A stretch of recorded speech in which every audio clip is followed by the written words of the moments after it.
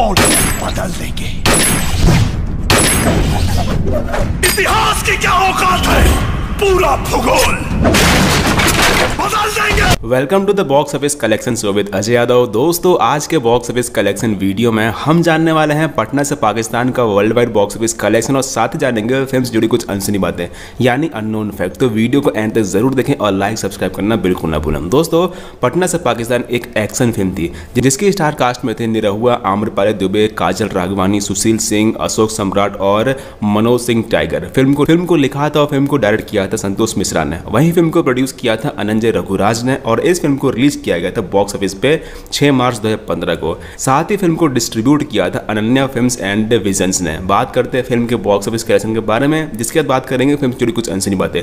तो क्या आपने फिल्म देखी है? क्या आपने फिल्म का डायलॉग सुना है कि बम की धमाका ईना चिन्हेला कि मरे वाला हिंदू है कि मुसलमान? आइए बताओ खातिर आ रहल बानी पटना से पाकिस्तान। यहाँ दोस्तों ये डायलॉग काफी अच्छा था, मुझे काफी अच्छा लगा।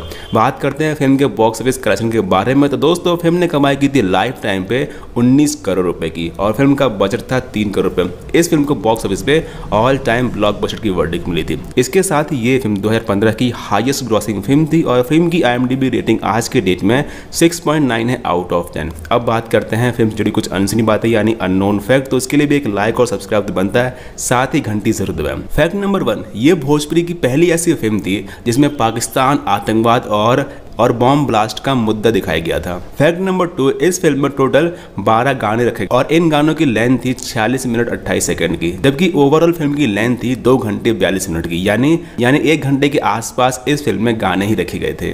फैक्ट नंबर 3, इस फिल्म को बिहार में 23 जनवरी को रिलीज किया गया था और बाकी जगह पे यानी ऑल ओवर द इंडिया में इस फिल्म को रिलीज किया गया था 6 मार्च 2015 को। तो क्या आपने फिल्म देखी है? कैसी लगी? कमेंट बॉक्स जरूर बताएं। मिलते हैं किसी और फिल्म के बॉक्स ऑफिस कलेक्शन या फिर किसी लेटेस्ट जानकारी में। जब तक के लिए बने रहिए, देखते रहिए the box office collection show with Ajay Yadav. Thanks for watching.